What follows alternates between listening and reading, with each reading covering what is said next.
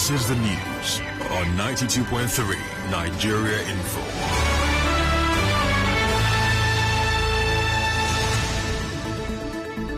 On the news this evening, gunmen abduct 8 people in Kula Abonima Waterway in Rivers State. President Buhari gives reason for food price hike in his Eid al-Kabir message. Nigerian Air Force confirms crash of Alpha Jet aircraft in Zamfara State as bandits kill police officers also in Zamfara State. And on the foreign scene, death toll from Germany's worst floods rises. I am Carl Orakwue with the news. A gunman abducted 8 persons, including a woman, on the Kula Bonima Waterway this morning. River State Chairman, Maritime Workers Union of Nigeria, Jonah Jumbo, who made this known, told our correspondent that 5 out of the 8 persons abducted are members of his union in Kula who were traveling to Port Harcourt for a meeting. He appealed to the abductors to release victims unconditionally. He also called on the state government and security agencies to intervene.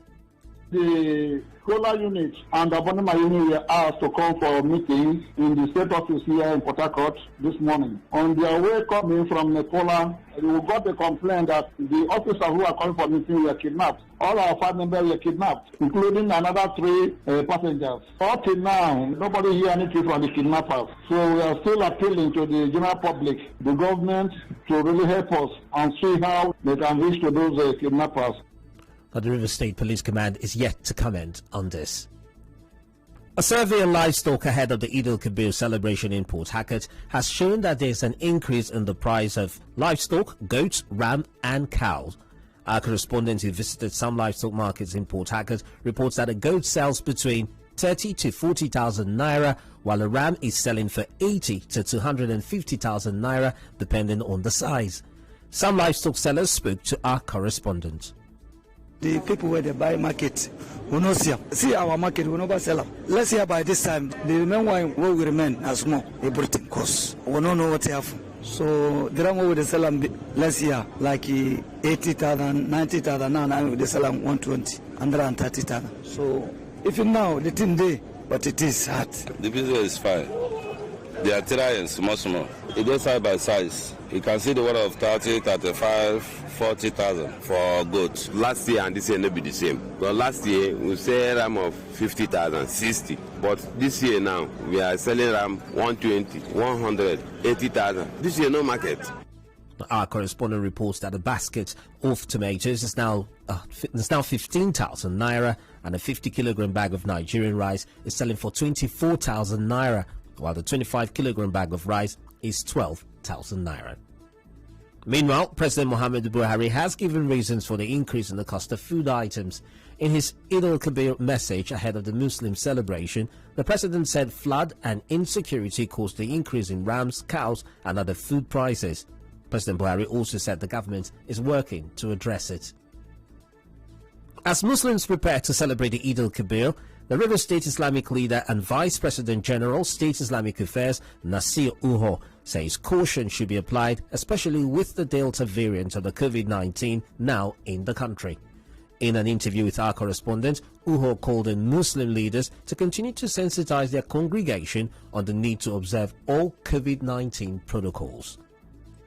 They should keep to the tenets of every celebration that we are guided by the Quran and the Hadith, and they should not go beyond that, because the Hadith and the Quran stipulates that you celebrate with what Allah has provided for you. You are not permitted to go into debt just to make sure that you celebrate, or just to keep up with the Joneses. This person killed a ram, therefore I must kill him, even if it means going into debt. That is not acceptable, because it will defeat the purpose of the celebration. If Allah provides for you and you have enough to slaughter ram, go ahead. If you don't, anything at all your hands can, even if it is chicken, slaughter and enjoy with your family and neighbors and friends. Reacting to the insecurity in different parts of the country, he called on Muslims to be law-abiding and report any suspicious activity to police authorities. We have to be security conscious. We have to obey those in authority over us at all times. We have been telling them that they should not take the law into their hand, or they should not assume that everything is okay, therefore life as usual. No, we're in difficult times. So at any point in time, they should take the security agencies in their into confidence in any matter, in any threat to peace, life and property. We advise our people, even then, if they can't go to the police, come to the go to your chief, various chief imam. But we also appeal to security agencies. They should not discourage people from coming to give them information. Still on COVID-19, as various states are put in red alert following a third wave of the pandemic, spokesperson of Dana Air, Kingsley Ezenwa, says the third wave of the pandemic will not take its toll on the aviation industry. He tells correspondent Martha Okere that airlines and the federal government have taken several precautions to ensure the safety of air passengers. From your entry into the airport to boarding the aircraft, you have hand sanitizers, you must wear your face mask. So when you disembark the aircraft and you leave the airport, so I don't think it should affect anybody flying. Even the aircraft is actually safe. The aircrafts are actually fitted with HEPA filters that actually purifies the air within the cabin, and this actually helps you have a healthy breathing on board the aircraft. On board, you're safe, so there's nothing to worry about. I don't think the third wave should affect aviation in any way. Ezenwa said the level of recovery in the aviation industry after the peak of COVID-19 pandemic is commendable.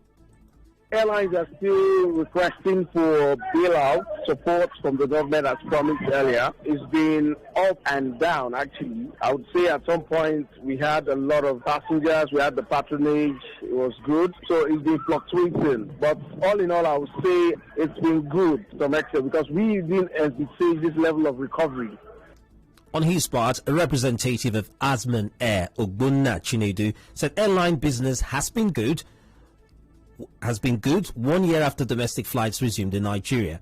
He also urged government to take all preventive measures necessary to reduce the impact of the third wave of the COVID-19 pandemic. It's a gradual process. Business has been very, very good in West Africa, especially in Nigeria. So it's for the government to ensure that COVID-19 protocols are put in place so that international movement as it concerns air flights are being not disrupted. Chairman Domestic Cargo at the Port Harcourt International Airport, Omagwa Eno Ekanem, has advised government not to place restrictions following the third wave of the COVID-19 pandemic. Ekanem told our correspondent that since flights resumed in Nigeria, the number of cargoes received has increased.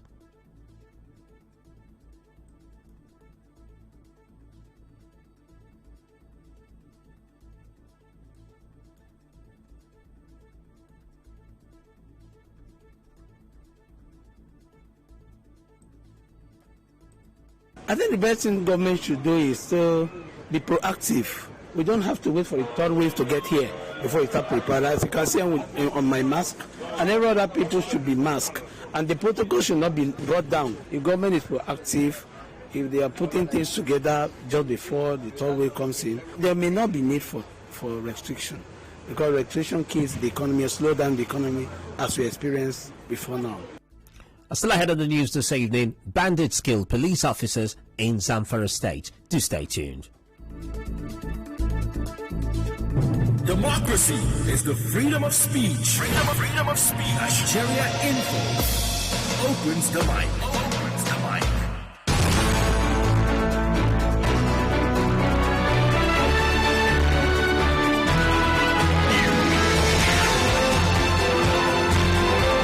This is the news on 92.3 Nigeria Info. Welcome back. The Nigerian Air Force has confirmed the crash of an Alpha Jet aircraft in Zamfara State.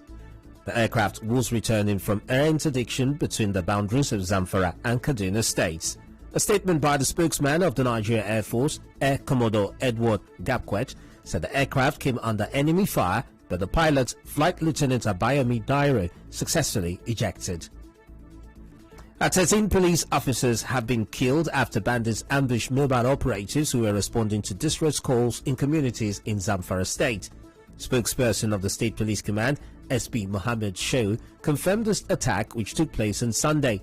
SP Shehu said the bandits on their part also suffered heavy casualties as a manhunt has been launched. A magistrate court in Port Harcourt rejected documents presented by UPTH through the IPO investigating the trafficking of twin babies said to have died in the police clinic. Recall that in the last proceedings, the court ordered the Chief Medical Director UPTH to furnish it with documents including information on how the twin babies were deposited in the mortuary. But when the court resumed on Monday, the absence of UPTH representatives followed the questioning of the source and authenticity of the documents.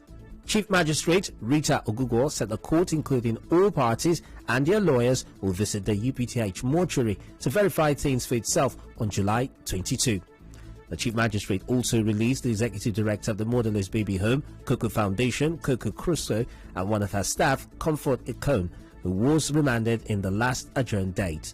The prosecutor had informed the court that UPTH is yet to release documents relating to the set of twins, which conflicted with the documents later presented by the IPO. Correspondent Sebi Oruwari reports that the court also demanded that the initiator of the transaction of the alleged trafficked twin babies, Chidima Maduka, a staff of Imo State Correctional Center, appear on the next adjourned date. Lawyer to Coco Crusoe and her staff, Prosper Imbobi, spoke to newsmen after the court proceedings.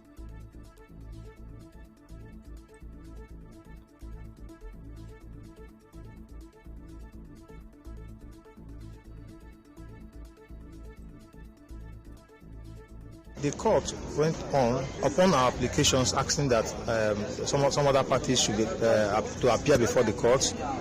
The counsel representing the police, not the prosecutor, did inform the court that those documents the court was requesting from my clients are now in their custody. So the court now requested for those documents, and upon citing the documents, the court, though in its ruling, did not allow the documents to go in, but ordered that, having seen these documents, that my clients should be released on bail. Lawyer to the second accused person, Austin Ikine, also spoke. All the parties involved, they have been accosted, apart from one Ms. Chidima Maduka, an officer of the Correctional Center, Imo State. She's been at large, though in subsequent days, when the order of this court was made for her to appear before the court on the 9th day of July 2021, I was at the State CID and I saw her with the police persons. Her involvement in this matter will unveil many things and all the atrocities that is being committed in respect of child trafficking here in Rivers State and in Nigeria. In business news, UK video game developer Sumo has been bought by Chinese tech giant Tencent for £919 million. The deal brings together Sumo's portfolio of games with Tencent's more high-profile titles. Tencent is one of the largest video game publishers in the world and has a stake in the two popular Battle Royale-style games Fortnite and PlayerUnknown's Battlegrounds PUBG. In entertainment, American singer Britney Spears' former bodyguard has claimed she was given a cocktail of powerful prescription drugs once a week when he worked for her in 2010. This is amidst her ongoing fight to end her controversial conservatorship with her dad. Ex-cop Fernando Flores alleged the 39-year-old pop superstar will be given antipsychotic medications which will make her go from sane to talking about parallel universes. Sports news. Some members of the European Parliament have accused the global sports community, including the International Olympic Committee, of having institutional structures and rules that excludes people of color and black women specifically.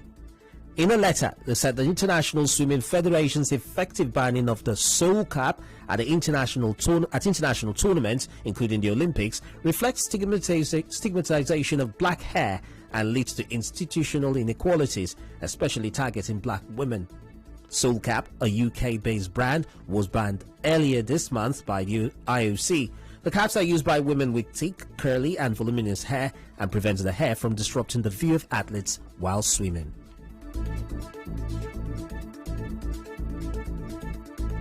And now we'll bring you news from around the world.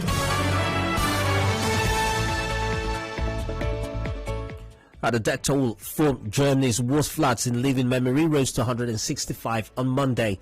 This is as emergency services continue to comb through decimated towns in search of dozens of people still missing. Heavy rains in western Germany over 2 days last week led to flooding, sweeping away trees, cars and sheds and destroying so many houses. Many victims have been found dead after attempting to retrieve valuables, while others were swept away by the sheer force of the water.